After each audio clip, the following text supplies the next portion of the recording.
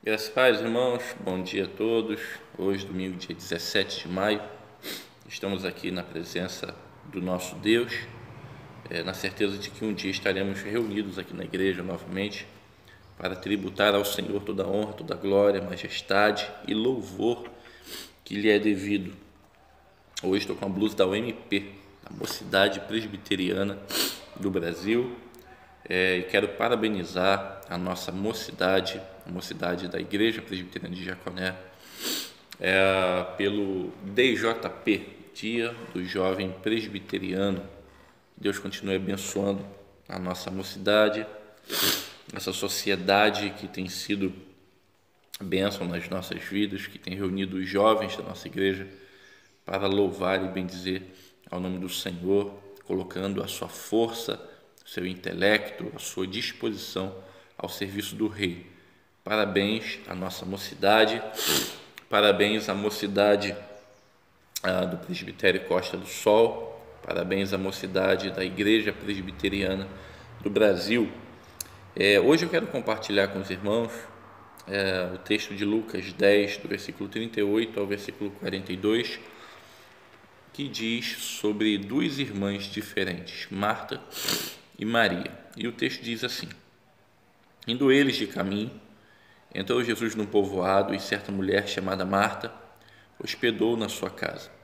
Tinha ela uma irmã chamada Maria, e esta quedava-se assentada aos pés do Senhor a ouvir-lhes os ensinamentos. Marta agitava-se de um lado para o outro, ocupada em muitos serviços. Então se aproximou de Jesus e disse: Senhor, não te importas de que minha irmã tenha deixado que eu fique a servir sozinha? Ordena-lhe, pois, que venha ajudar-me. Respondeu o Senhor: Marta, Marta, andas inquietas e te preocupas com muitas coisas. Entretanto, pouco é necessário, ou mesmo uma só coisa. Maria, pois, escolheu a boa parte, e essa não lhe será tirada. Amém. Esse texto aqui é bem interessante, que apresenta uma perspectiva diferente diante de uma família, e essa perspectiva é uma perspectiva de ativismo e outra de contemplatividade. Talvez essas duas perspectivas elas caibam em nós e até mesmo dentro da nossa igreja. A gente está diante de um texto que mostra a diferença em servir ao Senhor. Marta servia ao Senhor na proatividade e Maria servia ao Senhor na contemplatividade. A gente tem que ter a ideia, a primeira olhada no texto, uma ideia clara de que os extremos são sempre negativos. Os extremos são sempre ruins. O ideal da vida cristã é atingir o equilíbrio. E se esse equilíbrio não for atingido, nós sofremos, a igreja sofre, o corpo de Cristo sofre. Então a gente vê aqui dois episódios, duas cenas, dois cenários de duas pessoas que são colocadas em suas caminhadas de forma extremada. Interessante também notar, de uma forma geral, que Marta e Maria, narrado em Lucas 10, do 38 ao 42, têm a mesma disposição e a mesma proatividade do que em João 11, aonde quando Lázaro morre, Marta fica afobada, Marta fica indagando Jesus sobre uma situação ou outra, Maria já se recolhe no seu íntimo.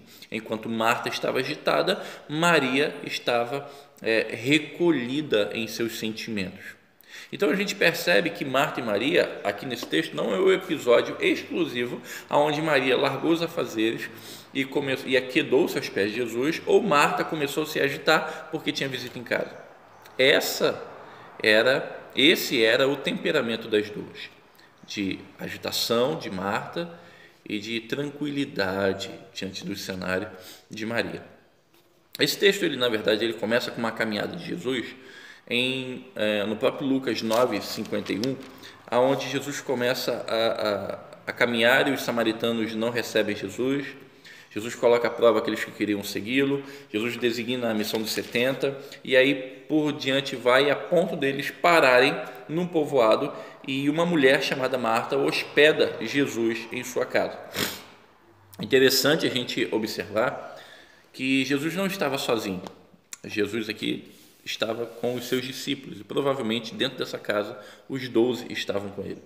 E Marta, como dona da casa, se agitava de um lado para o outro. Provavelmente ela não teria uma despensa como a nossa, onde a gente consegue armazenar o pacote de arroz, de feijão, de trigo, farinha. E então Marta, ela precisa ir no quintal pegar as hortaliças, ela precisa pegar talvez ali no meio da gordura alguma carne que esteja ali para poder fazer para Jesus. Então precisa colocar o fogo para ser aceso no fogão a lenha, catar graveto, catar madeira e acender o fogo. Então o trabalho, o labor de Marta aqui era um labor que não era apenas exclusivo para Jesus, mas para todo o corpo que havia com ele, Jesus e os 12. Então a gente percebe aqui, na verdade, um comprometimento de Marta em servir aquilo que a gente poderia chamar da igreja, Jesus e os 12. Já Maria não. O texto diz que Maria quedava-se assentada aos pés do Senhor, no versículo 39. A ideia de quedar-se e assentar-se aos pés do Senhor é de colocar-se em uma posição confortável para poder contemplar, ouvir aquilo que Jesus estava falando. Maria quedava-se, ela se colocava confortavelmente diante de Jesus para ser servida por Jesus. Enquanto Marta preocupava-se em servir a Jesus, Maria preocupava-se em ser servida por Jesus. E Marta, agitada de um lado para o outro, ocupada de muitos serviços, vai se queixar então com Jesus. Senhor, o senhor não está vendo ela não muito parada aí, eu fazendo as coisas, o senhor não pode chamar a atenção dela? Então Jesus ele disse para Marta: olha Marta, você está muito ansiosa, muito agitada, inquieta, você está se preocupando com muita coisa. E aí Jesus então ele finaliza a sua fala, apontada aqui por Lucas, da seguinte forma: uma coisa só é-te necessária. Maria escolheu a boa parte, e isso não vai ser tirado dela.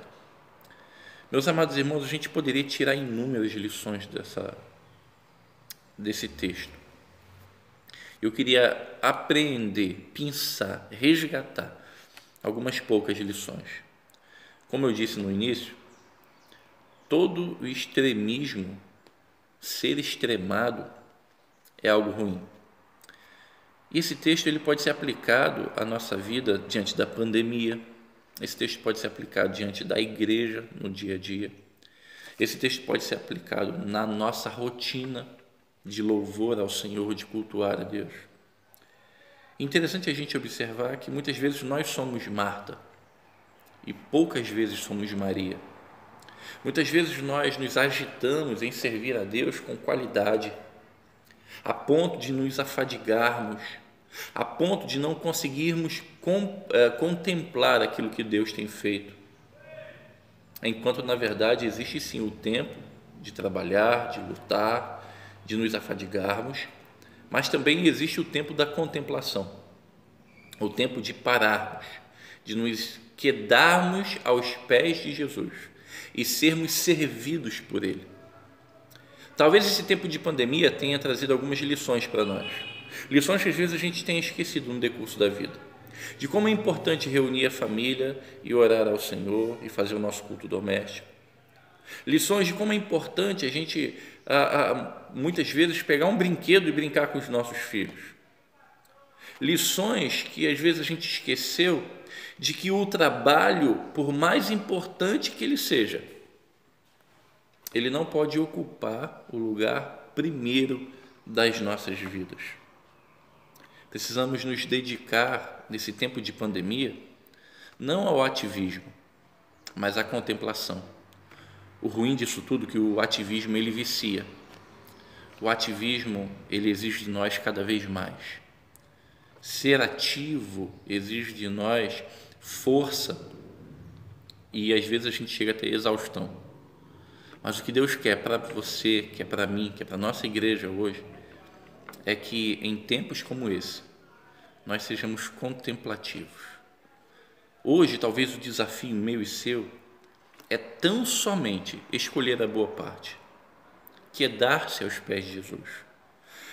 A gente está impedido de exercer algum trabalho, a gente está impedido de ir para a rua, a gente está impedido de visitar pessoas com quem a gente tinha rotina, a gente está limitado por causa da doença, essa doença dessa pandemia. Diante disso tudo, às vezes a gente ainda está tão acostumado com o ativismo que a gente só fica reclamando que não aguenta mais ficar enclausurado. Enquanto esse tem sido o tempo de Deus para mim e para você, para nos quedarmos, nos assentarmos confortavelmente aos pés de Jesus e aprendermos, assimilarmos o que Ele tem para nós. Talvez acordar cedo e ver o sol nascer, talvez ficar longe do celular, longe da internet, longe do telefone, da televisão, para ver o sol se pôr. Talvez é reunir a família em torno da mesa e conversar, rir, brincar. É contemplar a criação, a natureza de Deus, é contemplar o que Deus tem feito na sua vida, na minha vida, na vida da igreja. É estar diante de Deus em oração, é experimentar aquilo que Maria tinha experimentado. Nós somos chamados, irmãos, para poder viver de um modo que louve ao Senhor. E nos dias de hoje, viver de um modo que louve ao Senhor é contemplar tudo que Deus tem feito por nós, mesmo que a gente não compreenda. Eu quero encerrar minha fala dizendo para você que está vendo esse vídeo, está ouvindo, que nós não devemos ser Marta ou ser Maria, mas devemos buscar o equilíbrio dessas duas para poder servir ao Senhor da forma que o Senhor deseja ser servido. Existe o dia que você precisa ir à rua e evangelizar. Existe o dia que você precisa levantar-se da sua cama e pelejar, suar, labutar pela obra do Senhor. Mas existem dias também que a única coisa que você precisa fazer é parar para ouvir a voz de Deus. Que você saiba discernir o tempo certo de ser ativo e de ser contemplativo.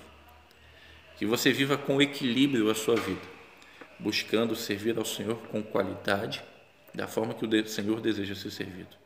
Que Deus abençoe você, Deus abençoe sua casa, que Deus abençoe o seu domingo e que juntos, no dia de hoje, possamos continuar o nosso propósito em oração. Lembrando que às 20 horas do dia de hoje, todos nós estaremos realizando um culto doméstico na nossa casa, todos nós. Começamos hoje o relógio de oração 8 horas da manhã e terminaremos às 20 horas, 12 horas em oração. Que Deus abençoe o seu domingo. Fiquem com Deus.